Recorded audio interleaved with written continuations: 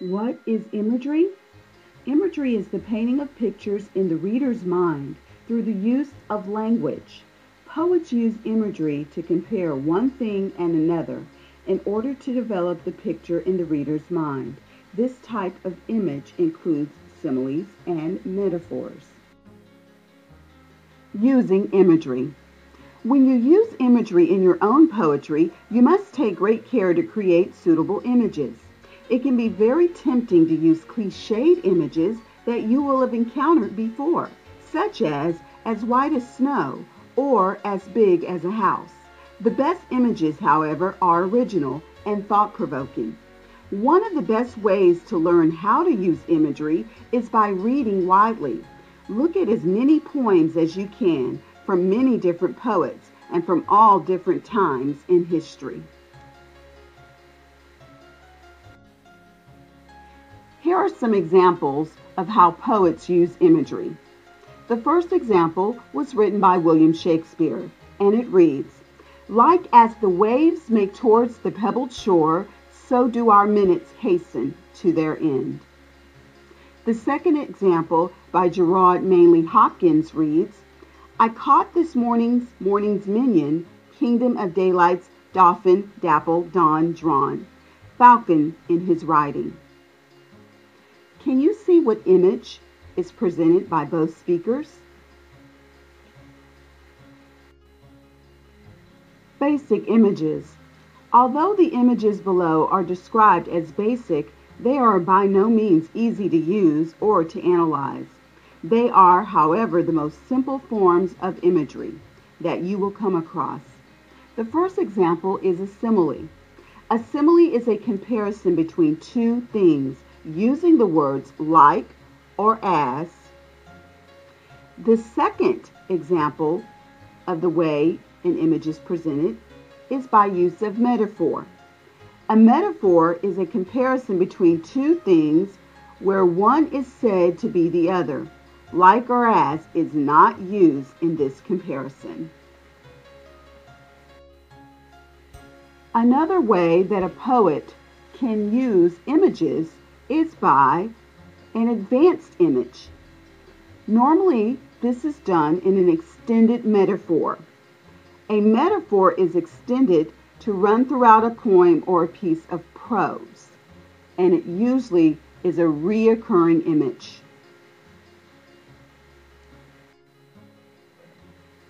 Let's look at a simile further. A simile is a type of imagery that makes a comparison between one thing and another to strengthen the word picture in the reader's mind. There are two types of similes. The first type is where one thing is said to be like another. For instance, the sun looked like a golden coin in the sky. In this example, the sun is being compared to something that looks similar, i.e., the golden coin. The second type of simile is where one thing is said to be as or as a. For instance, the moon shone as brightly as the stars. This type of simile gives a slightly more definite feeling. Here, the light of the moon is being compared to that of the stars. Analyzing similes.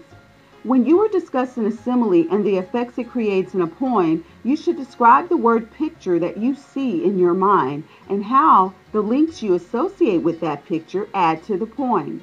You may find that you can discuss more than one aspect of the simile. Here's an example. The sun looked like a golden coin in the sky. In this simile, the comparison of the sun with the golden coin creates a strong impression of brightness. The poet could also be suggesting wealth, as we normally associate golden coins with riches. Here are some more examples for you to practice with. Because these similes are taken out of context, you will need to create your own inferences about the effects that they might create within a poem.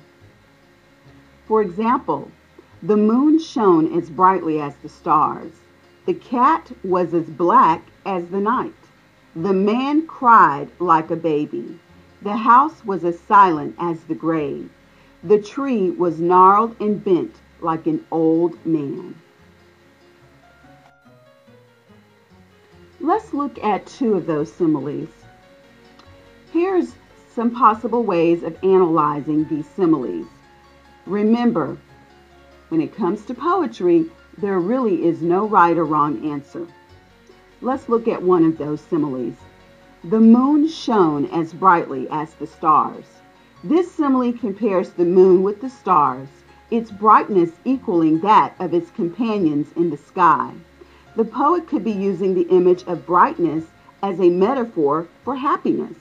Perhaps this night bring joy and brightness to the characters in the poem.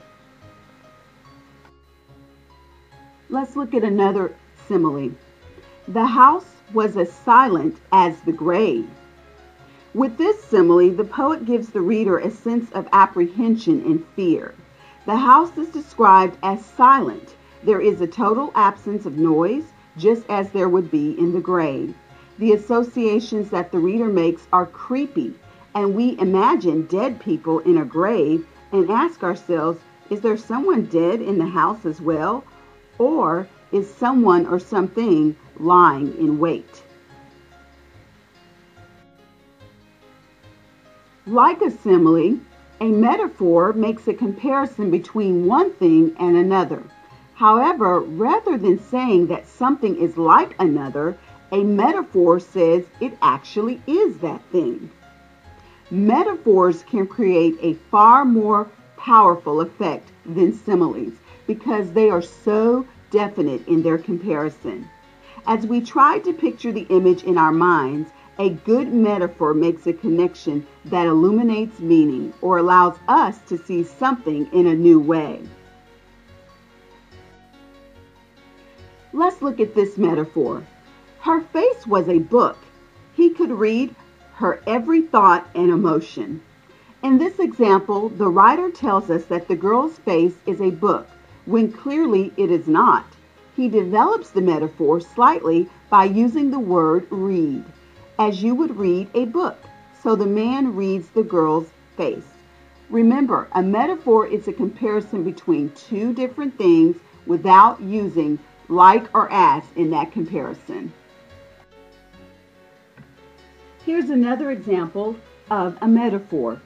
My love is the sunshine in my life, brightening up my day. Here, the writer says that her love is the sunshine, just like the sun. He makes her day brighter. In literature, writers often use what is called the extended metaphor. The extended metaphor is one that is simply extended. Some poems consist of one metaphor that runs throughout the entire poem. Here's an example of how the metaphor we have seen of the girl's face being a book might be extended. Her face was a book. He could read her every thought and emotion. As he turned the pages with love and devotion, her face was a novel. Her story yet to be told. He waited to hear her tale unfold.